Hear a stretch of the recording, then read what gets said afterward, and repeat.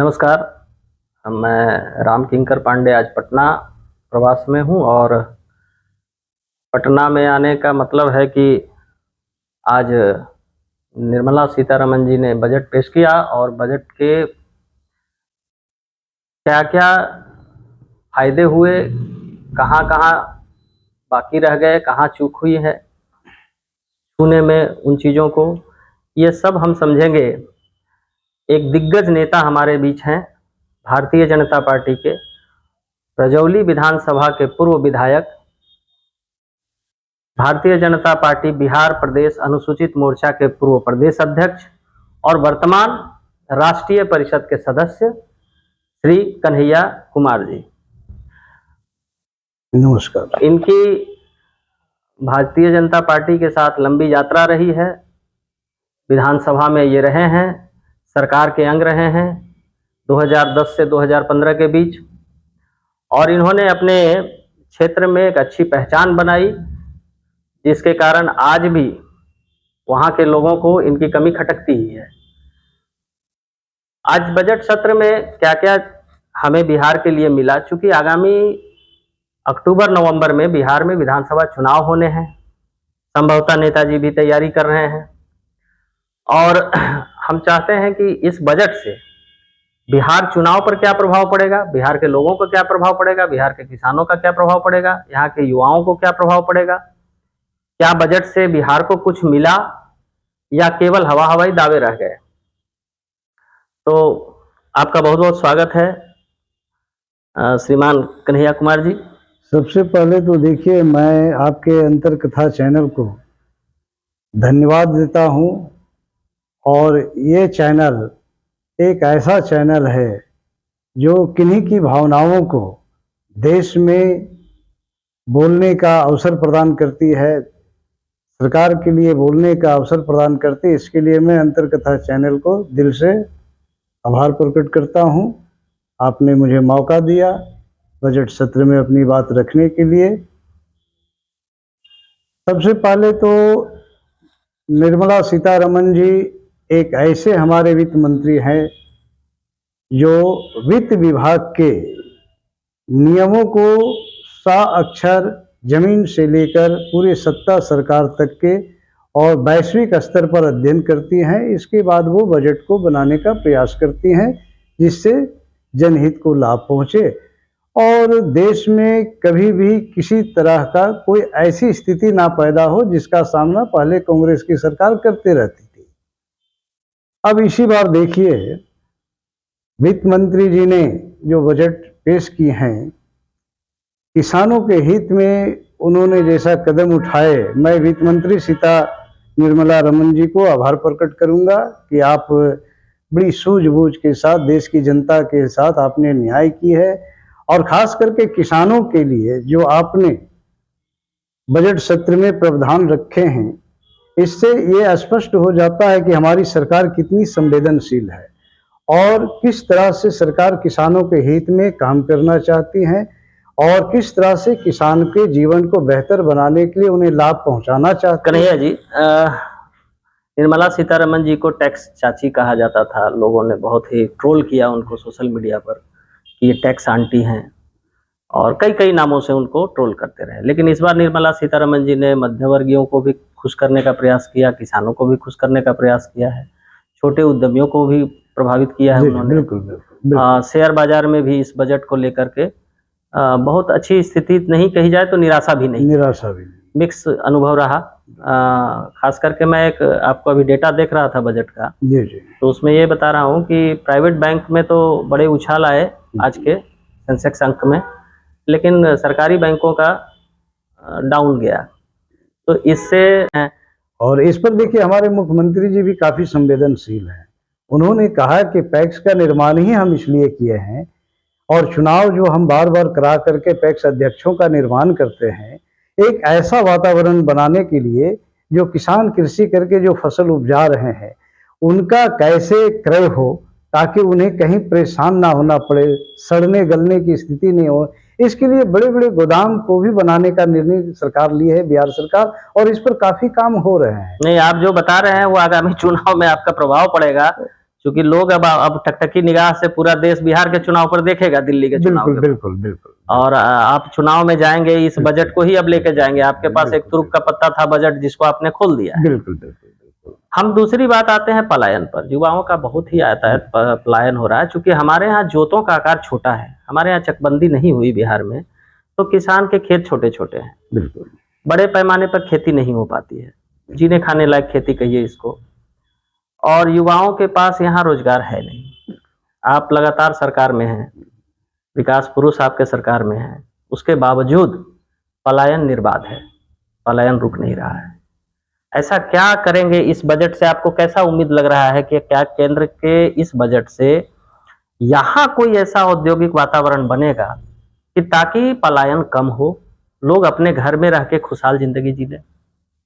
देखिए, इस विषय पर तो सरकार की गंभीरता को हम सहज अनुभव कर सकते हैं।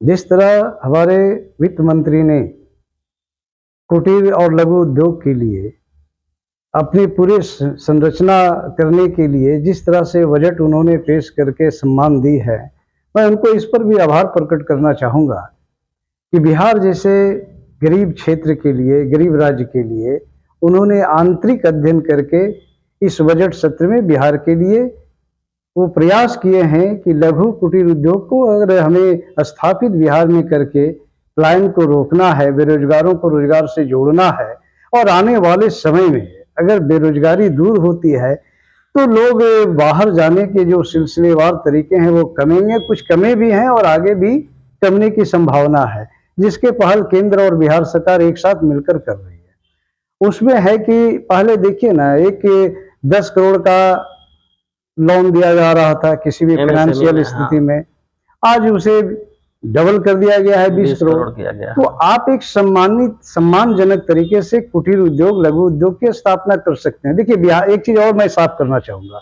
बिहार में हम बहुत बड़े इंडस्ट्री लगा करके हम इसलिए भी नहीं बड़ा इंडस्ट्री की स्थापना कर सकते हैं कि बिहार कृषि प्रधान राज्य है और कृषि हमारे अपने आप में ही एक बड़ा उद्योग है जो सबका पेट का भरण पोषण का साधन है और उनके रोजगार का साधन है। तो ऐसे स्थिति में अगर कुटीर और लघु उद्योग जहां 10 करोड़ से 20 करोड़ हो गया, तो ऐसे जो वित्त मंत्री के द्वारा एक सम्मानजनक एक माने राशि दी जा रही है, इससे कुटीर लघु उद्योगों का यहाँ स्थापना होने का एक प्रक्रिया सहज सी हो जाएगी और एक आत्मविश्वास भी लोगों में जगेंगे, जिसके कारण जब कुटीर लघु उद्योग यहाँ खुल जाएंगे तो गरीबों के काम भी मिलेंगे, रोजगार भी मिलेंगे, जो जिस चीज के जानकार होंगे उनके अनुसार उनका रोजगार का स्थापना होगा। और जब इस तरह की यहाँ बातें चलेगी तो आने वाले समय में जो हरियाणा जाते हैं, जो बम्बई जाते हैं, जो दिल्ली जाते हैं, बिहार के जो राजस्थान जाते हैं, यहाँ तक कि मैं कहूँ तो जहाँ की भाषा ये जानते भी नहीं है, तमिलनाडु, केरल, वहां भी ये बेचारा जाके संघर्ष करते हैं। तो ऐसे जद्दोजहद करने की जरूरत नहीं पड़ेगा। आने वाले समय में केंद्र सरकार, बिहार सरकार इस काम के लिए कर रहे हैं प्रयास। तो 1 साल का समय लगभग अभी बचा है, अगर माहौल बने तो संभवतः उसका लाभ आपको शायद चुनाव में बिल्कुल बिल्कुल, सरकार बहुत संवेदनशील है, इसमें कहीं दो राय नहीं है। अब बिहार को तो एक और गिफ्ट मिला, पटना के हवाई अड्डे का एक्सटेंशन का प्लान को फंडिंग किया गया है। देखिए मैं क्या कहूँ, कितना मैं अपने वित्त मंत्री को धन्यवाद दे दूं, मैं जितना उन्हें धन्यवाद दे पाता हूँ तो आप वो दिन को भी याद करिए कि प्रधानमंत्री जी और वित्त मंत्री जी का जो विजन है और हमारे बिहार सरकार के मुख्यमंत्री जी का जो विजन है, ये दोनों के तारतम्य इतना मिले हुए हैं कि तभी तो हम लोग कहते हैं डबल इंजन की सरकार हमेशा आगे बढ़ती है। नहीं, ठीक है, उम्मीदें तो बहुत होती हैं, लेकिन चूंकि धरातल पर सरकारें उतना उतार नहीं पाती हैं। समस्या चाहे जो भी रहे, व्यवस्था उनके अनुकूल नहीं मिल पाती है या ब्यूरोक्रेसी उनको अड़चन लगाती है। क्या होता है ये तो आप ज्यादा समझेंगे, आप सरकार में सीधे हैं। बिल्कुल। रजौली की बात बताइए। देखिए, रजौली में तो आप जान ही रहे हैं कि मैं 5 साल 2010 से 15 तक एमएलए रहा। मैंने अपने समझ से अपने समस्त परिवारों का, जो रजौली वासी हैं, मैं मान करके चलता हूं कि वो हमारे परिवार हैं, और उन परिवारों की विकास और उन परिवारों को सारे जो मौलिक संसाधन है प्राप्त हो, इन सारे विषयों पर हमने अपना जी-तोड़ मेहनत करके काम किया। जब लगातार 15 साल से आप वहां नहीं है, क्या कारण है? नहीं, मैं 10 साल से नहीं हूँ। भाजपा नहीं है? हाँ आप मतलब भाजपा? हाँ 10 साल से नहीं हूँ। नहीं, आप व्यक्तिगत 10 साल से नहीं है, भाजपा वहाँ 15 सालों से नहीं है। नहीं 10 साल से है, पिछले में तो 15 तक आप रहे हैं। 15 तक हाँ, रहे, 10 सालों से 10 साल से नहीं हूँ। लगातार 2 बार जो है 2 बार वो खाली नहीं क्यों हूँ। चला गया? खाली देखिए, चुनाव एक ऐसी प्रणाली है जिसमें लोग चाहे जितना बढ़िया काम कर ले, कहीं न कहीं कुछ त्रुटियां रह जाती है, जिसके कारण हार जीत का रिजल्ट सामना करना पड़ जाता है। नहीं, कहीं ना कहीं भाजपा अपनी नीतियों में वहाँ सफल नहीं हो पाई, क्योंकि भाजपा का वो प्रो सीट है, भाजपा को अच्छी जीत मिल जाती थी वहाँ, और लगातार 2 बार हार जाना, कहीं ना कहीं तो कमियां रहती होंगी सांगठनिक स्तर पर। देखिए, सांगठनिक स्तर पर तो बीजेपी दूसरों को एक माने कि मार्गदर्शक की दीर्घा में रख करके सीखे, माने एक अपना आचरण व्यवहार और रचनाओं के द्वारा बताने और समझाने का प्रयास करती है। हमारी पार्टी ने काफी मेहनत कन्हैया जी, एक चीज और खटकता है क्या कि बिहार लोकसभा में भाजपा को बहुमत देता है ये पूरा स्टेट देता है, बिल्कुल आपको बढ़त मिलता है। बिल्कुल। इस बार तो सरकार ही बिल्कुल की बिहार ने बनाया। अगर बिहार उत्तर प्रदेश की तरह बिहार ही अच्छा खा जाता तो फिर बड़ा आप तो सत्ता से दूर ही हो गए, बड़ा मुश्किल था। लेकिन बिहार ने आपको फिर से सत्ता में इससे बड़ी बात है। फिर भी भारतीय जनता पार्टी में नेतृत्व क्यों नहीं उभर रहा है? लंबे समय से देख रहे हैं, 25-30 सालों से ये देख रहे हैं कि चलिए राजद की जब वो सत्ता थी, वो जातिवाद की बात थी चलती, वहां वो समझ में आ रहा था कि उस समय भाजपा को कठिन समय था, लेकिन इधर लगातार चूंकि भाजपा सहयोगी दल के रूप में रह रहा है सरकार में, नहीं भी आती है सरकार में तो बीच में ले आती है सरकार, उसके बावजूद अपना नेतृत्व क्यों नहीं निकाल पा रही? कहाँ कमी रह जाती है? आप तो प्रदेश अध्यक्ष रहे हैं अनुसूचित मोर्चा के, आप राष्ट्रीय परिषद में है, संगठन में है, चलिए ठीक है, विधायक नहीं है लेकिन संगठन में बड़े पद पर हैं, तो कहाँ कमी है कि हम एक बड़ा अच्छा नेतृत्व नहीं दे पा रहे हैं 3 पीढ़ियों से? देखिए, हम लोग नेतृत्व, अगर बीजेपी में आप का जो सवाल है किंकर जी, आपने बहुत अच्छी बातों को रखे हैं।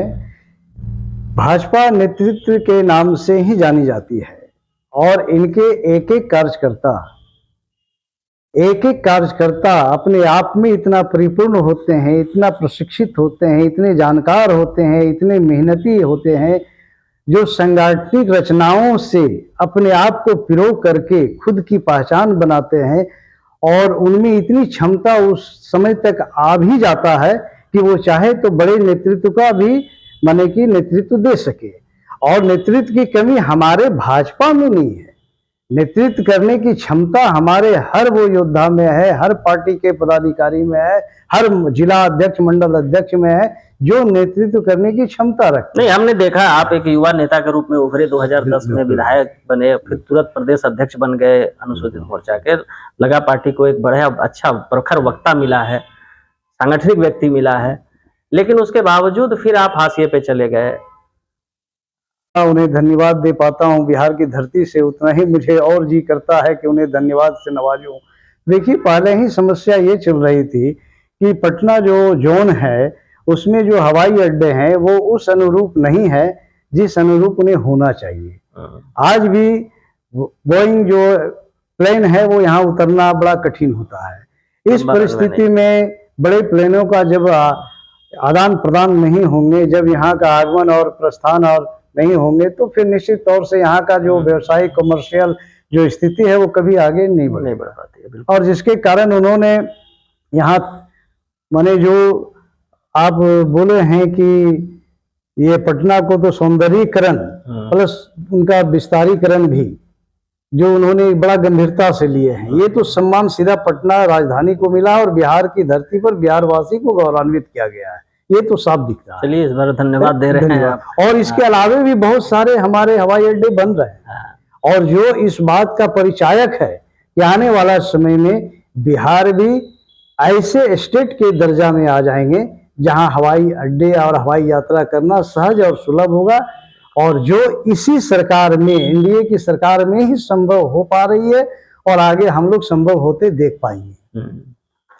चलिए, ये तो ठीक है कि लग रहा है कि प्रयास अच्छा है, लेकिन अभी जमीन पर वो प्रयास कितना दिखता है ये तो हम लोग देखेंगे। जलमार्ग की भी आपके यहाँ संभावना बहुत है, क्योंकि गंगा जैसी बड़ी नदी बंगाल से और उत्तर प्रदेश से आपको जोड़ती है। अगर जलमार्ग के विस्तार को आप प्रयास करें कि उस पर भी काफ़ी काम हो, तो काफी सस्ते में लॉजिस्टिक प्रॉब्लम सॉल्व हो जाएगा।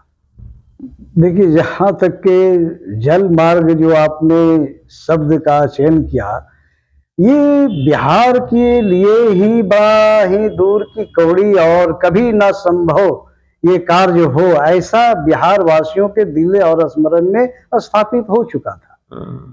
लेकिन जब एनडीए सरकार बनी और गरीब का बेटा हमारे देश के प्रधानमंत्री आदरणीय नरेंद्र मोदी जी बने, तो उन्होंने प्रथम बार ही शपथ ग्रहण समारोह में जाने से पहले पार्लियामेंट को नमन करते हुए कहा था कि ये सरकार गरीबों को समर्पित है। तो इसमें एक चीज ये हम महसूस कर सकते हैं कि उन्होंने ना किसी जाति का नाम लिया, ना किसी संप्रदाय का नाम लिया, ना किसी धर्म का नाम लिया, ना किसी बैकवर्ड और फॉरवर्ड और पिछड़ा अति पिछड़ा दलित का नाम लिया। उन्होंने मूल भाव से कहा कि ये गरीब के सरकार होगी और ये गरीब को समर्पित होगी। तो प्रधानमंत्री जी की भावना को हम लोग समझे। जहां तक कि आप जल मार्ग की बात किए, आज देख लीजिए, आज मेरीन ड्राइव भी हमारे पास है। आप देख लीजिए, आज बड़ी बड़ी जहाजें जो आया करती नहीं थी, आज उनके लिए प्लेटफॉर्म बन रहे हैं, जहां पर वो बंदरगाह के रूप में आएंगे और लगेंगे और उन्हें आने का जाने का पुख्ता इंतजामात होगा। और यही नहीं, बल्कि आपके हावड़ा से हल्दी घाटी से हल्दिया से चल करके पटना होते हुए लखनऊ तक जाने का जो रास्ता, सुगम रास्ता है, ये हमारे प्रधानमंत्री जी ने बना करके अपने पूरे संरचना को बिहार सरकार को उतारने के लिए हर संभव बातें और आदेश निर्गत कर चुके हैं। और वहां पर जो प्रावधान आएंगे उसे केंद्र सरकार हटाने के लिए भी संकल्पित है। इसलिए हम जीवन भर सड़क मार्ग से गए बहुत सारे जगहों पर, उसके बाद वायुयान के द्वारा गए, लेकिन अब ये सौभाग्य बिहार की जनता को मिलने जा रही है कि हम जल मार्ग को भी अपने संसाधन समझ करके प्रयोग करेंगे और जल मार्ग का यात्रा भी करेंगे। और जल मार्ग सिर्फ यात्रा के लिए ही नहीं, भारी भारी जल जहाजों का वाहन को लाना, माल की ढुलाई और बहुत कम किराए में कमर्शियल बहुत कम किराए में आप जब बड़े बड़े उत्पादक और बड़े बड़े रॉ मटेरियल को बिहार जब लाने में सक्षम होंगे, तो आप वो दिन को भी याद करिए कि प्रधानमंत्री जी और वित्त मंत्री जी का जो विजन है और हमारे बिहार सरकार के मुख्यमंत्री जी का जो विजन है, ये दोनों के तारतम्य इतना मिले हुए हैं कि तभी तो हम लोग कहते हैं डबल इंजन की सरकार हमेशा आगे बढ़ती है। नहीं, ठीक है, उम्मीदें तो बहुत होती हैं, लेकिन चूंकि धरातल पर सरकारें उतना उतार नहीं पाती हैं। समस्या चाहे जो भी रहे, व्यवस्था उनके अनुकूल नहीं मिल पाती है या ब्यूरोक्रेसी उनको अड़चन लगाती है। क्या होता है ये तो आप ज्यादा समझेंगे, क्योंकि आप सरकार में सीधे हैं। बिल्कुल। रजौली की बात बताइए। देखिए, रजौली में तो आप जान ही रहे हैं कि मैं 5 साल 2010 से 15 तक एमएलए रहा। मैंने अपने समझ से अपने समस्त परिवारों का, जो रजौली वासी हैं, मैं मान करके चलता हूं कि वो हमारे परिवार हैं। और उन परिवारों की विकास और उन परिवारों को सारे जो मौलिक संसाधन है प्राप्त हो, इन सारे विषयों पर हमने अपना जी तोड़ मेहनत करके काम किया। जब लगातार 15 साल से आप वहाँ नहीं है, क्या कारण है? नहीं, मैं 10 साल से नहीं हूँ। भाजपा नहीं है? हाँ, आप मतलब भाजपा? हाँ, 10 साल से नहीं हूँ। नहीं, आप व्यक्तिगत 10 साल से नहीं है, भाजपा वहाँ 15 सालों से नहीं है। नहीं, पिछले में तो 15 तक आप रहे, 15 तक रहे। 10 साल से नहीं हूँ। लगातार 2 बार जो है खाली क्यों चला गया? खाली देखिए, चुनाव एक ऐसी प्रणाली है जिसमें लोग चाहे जितना बढ़िया काम कर ले, कहीं न कहीं कुछ त्रुटियां रह जाती है, जिसके कारण हार जीत का रिजल्ट सामना करना पड़ जाता है। नहीं, कहीं ना कहीं भाजपा अपनी नीतियों में वहाँ सफल नहीं हो पाई, क्योंकि भाजपा का वो प्रो सीट है, भाजपा को अच्छी जीत मिल जाती थी वहाँ, और लगातार 2 बार हार जाना, कहीं ना कहीं तो कमियां रहती होंगी सांगठनिक स्तर पर। देखिए, सांगठनिक स्तर पर तो बीजेपी दूसरों को एक माने कि मार्गदर्शक के दीर्घा में रख करके सीखे, माने एक अपना आचरण, व्यवहार और रचनाओं के द्वारा बताने और समझाने का प्रयास करती है। हमारी पार्टी ने काफी मेहनत करिए जी। एक चीज और खटकता है क्या कि बिहार लोकसभा में भाजपा को बहुमत देती है, देता है ये, पूरा स्टेट देता है, बिल्कुल आपको बढ़त मिलता है। बिल्कुल। इस बार तो सरकार ही बिल्कुल कहिए बिहार ने बनाया। बिहार ने बनाया। अगर बिहार उत्तर प्रदेश की तरह बिहार ही अच्छा खा जाता तो फिर बड़ा तो आप तो सत्ता से दूर ही हो गए, बड़ा मुश्किल था। लेकिन बिहार ने आपको फिर से सत्ता में इससे बड़ी बात है। फिर भी भारतीय जनता पार्टी में नेतृत्व क्यों नहीं उभर रहा है? लंबे समय से देख रहे हैं, 25-30 सालों से ये देख रहे हैं कि चलिए राजद की जब वो सत्ता थी, वो जातिवाद की बात थी चलती, वहां वो समझ में आ रहा था कि उस समय भाजपा को कठिन समय था, लेकिन इधर लगातार चूंकि भाजपा सहयोगी दल के रूप में रह रहा है सरकार में, नहीं भी आती है सरकार में तो बीच में ले आती है सरकार, उसके बावजूद अपना नेतृत्व क्यों नहीं निकाल पा रही? कहाँ कमी रह जाती है? आप तो प्रदेश अध्यक्ष रहे हैं अनुसूचित मोर्चा के, आप राष्ट्रीय परिषद में है, संगठन में है, चलिए ठीक है, विधायक नहीं है लेकिन संगठन में बड़े पद पर हैं, तो कहाँ कमी है कि हम एक बड़ा अच्छा नेतृत्व नहीं दे पा रहे हैं 3 पीढ़ियों से? देखिए, हम लोग नेतृत्व, अगर बीजेपी में आप का जो सवाल है किंकर जी, आपने बहुत अच्छी बातों को रखे हैं। भाजपा नेतृत्व के नाम से ही जानी जाती है और इनके एक एक कार्यकर्ता अपने आप में इतना परिपूर्ण होते हैं, इतना प्रशिक्षित होते हैं, इतने जानकार होते हैं, इतने मेहनती होते हैं, जो सांगठनिक रचनाओं से अपने आप को पिरो करके खुद की पहचान बनाते हैं और उनमें इतनी क्षमता उस समय तक आ भी जाता है कि वो चाहे तो बड़े नेतृत्व का भी माने कि नेतृत्व दे सके। और नेतृत्व की कमी हमारे भाजपा में नहीं है, नेतृत्व करने की क्षमता हमारे हर वो योद्धा में है, हर पार्टी के पदाधिकारी में है, हर जिला अध्यक्ष मंडल अध्यक्ष में है, जो नेतृत्व करने की क्षमता रखते। नहीं, हमने देखा आप एक युवा नेता के रूप में उभरे, 2010 में विधायक बने, फिर तुरंत प्रदेश अध्यक्ष बन गए अनुसूचित मोर्चा के, लगा पार्टी को एक बड़ा अच्छा प्रखर वक्ता मिला है, सांगठनिक व्यक्ति मिला है, लेकिन उसके बावजूद फिर आप हाशिए पे चले गए। तो इससे सरकारी बैंकों का अर्थ है कि वो दूरगामी होते हैं, उनको लगा कि निर्मला सीतारमन जी ने कुछ ज्यादा ही जनता को दे दिया है, हो सकता है आने वाले दिनों में डेफिसिट बढ़ जाए, तो इसको कैसे वो मेंटेन करेगी। और इस परिप्रेक्ष्य में बिहार चूंकि ना तो औद्योगिक क्षेत्र है और ना यहाँ कोई बड़ी संभावनाएं अभी बनी है, वैसी बेरोजगारी बड़ी समस्या है यहाँ की, पलायन बड़ी समस्या है, युवाओं का पलायन होता है। आप जिस क्षेत्र से आते हैं वहाँ के युवाओं का बड़ी संख्या में पलायन है। रजौली विधानसभा जहाँ से हम दोनों आते हैं, बिल्कुल। और हमारे गाँव के अधिकतर नौजवान बच्चे बाहर चले जाते हैं कमाने के लिए, गाँव में बूढ़े बुजुर्ग और बच्चों के सिवा कोई दिखता नहीं है। क्या इस बजट से हम लोग उम्मीद करें कि युवाओं का पलायन रुकेगा, किसानों की खुशहाली बढ़ेगी? ऐसा लगा बिहार में? देखिए, किसानों के सवाल पर बहुत अच्छा सवाल आपने पूछा हमसे। अगर हम किसानों के सवाल पर ही इस बजट को लेकर के देखते हैं तो वित्त मंत्री जी का जो निर्णय है कितना कारगर है। आज किसान क्रेडिट कार्ड के माध्यम से सीधा उनको जो पैसे मिलने थे वो डबल कर दिया गया, लगभग डबल हो गया, 3 से 5 हो गया। तो अब वो जिन कार्यों को करना चाहेंगे कृषि के क्षेत्र में वो सुगमता से कर भी सकेंगे और किसी के अधीन वो हाथ फैलाने की उनकी कहीं कोई दूर तक गुंजाइश दिखती नहीं है, पहला विषय। दूसरा विषय यह है कि किसानों को जिस तरह से प्रधानमंत्री जी ने सम्मान निधि से नवाजा है, इस सम्मान निधि का इम्पैक्ट किसानों पर ये पड़ा है कि किसान ये बात को मान करके चल रहे हैं कि हमें छोटी मोटी कुछ कार्यों को ले करके कहीं पैसे के लिए मुहताज नहीं होना पड़ेगा और वो उनके आज मील के पत्थर साबित हो रहे हैं। और सबसे बड़ी बात मैं किंकर जी आपसे ये कहूँ कि किसानों में एक आत्मविश्वास की जो कमी हो रही थी पिछली सरकार में, आज उस आत्मविश्वास में बढ़ोतरी हुई है, जिसके कारण आत्महत्या जो किसान लगातार निरंतर थोक के भाव से कर रहे थे उसमें भारी कमी आई है। हाँ, ये मैं कह सकता हूँ कि इक्का दुक्का कहीं हो जाए तो नहीं कह सकते हैं, लेकिन वो सारे जो चल रहे थे महाराष्ट्र का जो क्षेत्र है वो करीब कवर कर गया और आज किसान अपने आप को बड़ा खुशहाल समझते हैं। खाद बीज के मामले में देख लीजिए, तांते लगे हुए रहते थे, लोग आधी रात को लाइन में खड़े रहते थे, महिलाएं बाल बच्चे काम छोड़ करके नंबर में लगे हुए रहते थे और पता नहीं यूरिया मिलेगा कि नहीं मिलेगा। लेकिन आज ऐसी स्थिति नहीं है, उनके टाइम पर यूरिया उनके पास होते हैं।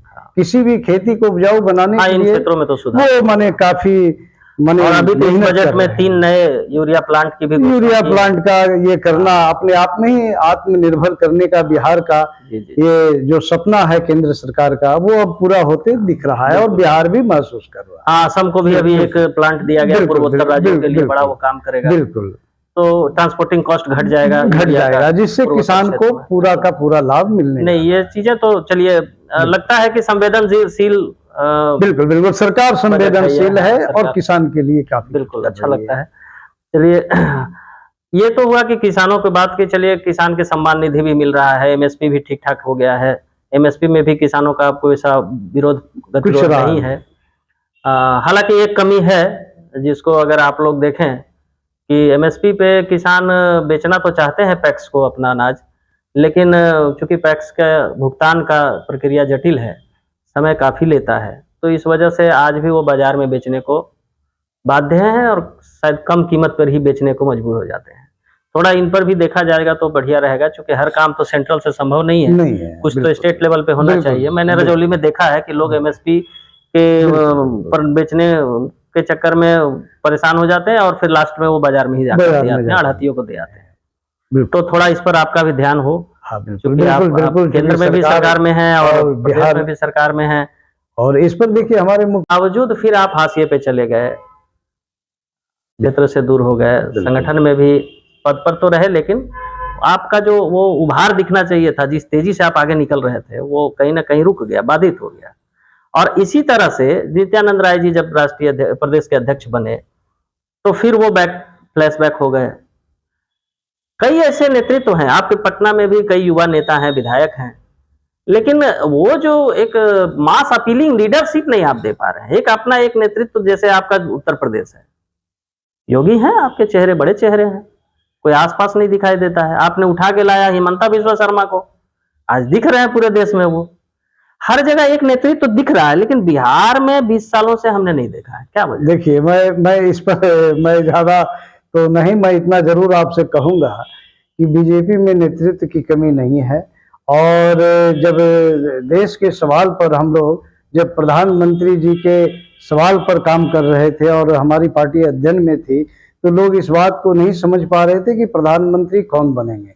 लेकिन जब पार्टी ने प्रधानमंत्री के रूप में नरेंद्र मोदी, चुनाव के पहले हर हर मोदी घर घर मोदी हो तो चुका है। फिर लोगों को लगा तो नेतृत्व की कमी नहीं, हमारी पार्टी गठबंधन पर नहीं, प्रयास हम ऐसा होना चाहिए, क्योंकि अभी जदयू भी उहापोह की स्थिति में है, यहाँ जी शायद अंतिम पारी खेल रहे हैं। नहीं और बिहार में आपको लगता होगा कि अब हमारा चेहरा मुख्यमंत्री के रूप में आए, हो सकता है कहीं ना कहीं बिहार के लोगों में भी ये कसक है कि भाजपा क्यों नहीं अपना चेहरा देती। नहीं, देखिए पार्टी गठबंधन में है और एनडीए यहाँ काफी मजबूत है और ये बड़ी लंबे समय तक का एक साथ सफर चला है। और जितना पार्टी की बातें अगर करें तो हम बाहरी पार्टियों को तो नहीं, लेकिन जदयू को एकदम सगा भाई समझते हैं और बड़ा भाई समझते हैं। अभी बड़ी स्थिति खराब चल रही है और अभी स्थिति लोगों की नजरों में जितनी खराब हो, लेकिन आज मैं आपको ये बता दूं कि जदयू और बीजेपी और हमारे जो साथ में कुछ पार्टियां हैं, जैसे रामविलास लोजपा, तो ये सारी पार्टियां जिस तरह से आज एनडीए गठबंधन बना करके सभा और कार्यक्रम जिलावार कर रहे हैं, कहीं ना कहीं कि आप लोग अपना नेता नहीं देकर फिर चिराग को तो नहीं आगे ले आइएगा नई पीढ़ी में। देखिए ये तो हमारा विषय ही नहीं है, ये तो ऊपरी नेतृत्व का विषय है। और इस पर भाजपा सहयोगी पार्टी के रूप में ना रहकर लीडिंग पार्टी के रूप में आ जाती तो ज्यादा बिहार को संभावना मिलती संभवतः, क्योंकि गठबंधन में कई ऐसी बाधाएं आती हैं, प्रायोरिटी हो जाता है ना कि अब जदयू की प्रायोरिटी अपनी है, लोजपा की प्रायोरिटी अपनी है, भाजपा की प्रायोरिटी अपनी है। तो भाजपा अगर अपना 100% प्रायोरिटी उतारना चाहे केंद्र को लेकर के साथ में, तो उसके लिए उसका अपना नेता होना चाहिए, फडणवीस की तरह अपना सीएम होना चाहिए। ऐसा क्यों नहीं हो पा रहा? देखिए भारत के और चीजों के लिए जाना जाता है, जैसा कि मैं आपसे कहूंगा, पहले हम संयुक्त परिवार में ही जन्म लेते हैं और संयुक्त परिवार को चलाते हैं। बाद में धीरे धीरे कुछ बातें कुछ ऐसी आती है जिसके चलते बढ़ते बढ़ते परिवार छोटे हो जाते हैं और फिर व्यक्तिगत परिवार में आते हैं। तो वर्तमान परिवेश में मैं ये कह सकता हूँ कि बिहार में संयुक्त परिवार है और संयुक्त परिवार के मुखिया कौन हमारे नहीं कर मुखिया सकते। नहीं, हमारे मुखिया कौन होंगे ये तो पार्टी नहीं तय सकते। करेगी, लेकिन संयुक्त परिवार हम लोग चलाने में सक्षम है। और संयुक्त परिवार चलाना कोई बहुत बड़ी बात होती है, कोई छोटी मोटी बात नहीं चलिए है। अब हम लोग और- फिर से बजट पर आते हैं बिल्कुल और उस बजट से सीधा आपका संबंध, बिल्कुल बिल्कुल आपका क्या संबंध है कि अभी आज के बजट में बिल्कुल निर्मला सीतारमण जी ने 20,000 करोड़ रुपए का आवंटन दिया है न्यूक्लियर एनर्जी को। न्यूक्लियर एनर्जी कैसे यहाँ इनहेंस करेगा और कैसे नए संस्थान उसके बनेंगे, कैसे उसके प्लांट लगेंगे। बिल्कुल आपका रजौली में बहुत लंबे समय से प्रस्तावित है एक न्यूक्लियर पावर प्लांट। आप जिस समय विधायक थे आपने विधानसभा में उसकी आवाज भी उठाई थी। अब तक उसमें क्या प्रोग्रेस है और इस बजट के 20,000 के एलोकेशन से क्या रजौली को मिलेगा? देखिए, आपने मेरी महत्वाकांक्षी योजना पर जो हमने एक विधायक के रूप में कभी कल्पना किया था, आज वो साकार होते दिख रहा है। बॉर्डरिंग क्षेत्र है झारखंड का और अगर वहाँ डेवलपमेंट होता है तो आपको झारखंड का भी लाभ मिलेगा। लेकिन ऐसा है कि अभी तत्काल भारतीय जनता पार्टी लगातार सत्ता में है, एंटी इनकम्बेंसी फैक्टर आ जाता है लगातार सत्ता में रहने से, क्योंकि मोदी जी पर भी एंटी इनकम्बेंसी इस बार काम हो गया। कहाँ तक लग रहा है कि आप सरकार में वापसी करेंगे? देखिए, एंटी कम्युनेंसी एक ऐसा पार्ट है, जब सरकार बनती है और सरकार अपने सत्ता के गलियारों से मदहोश होकर के गरीबों के हितों को जब भूल जाती है तो एंटी कम्युनेंसी का निर्माण हो जाता है।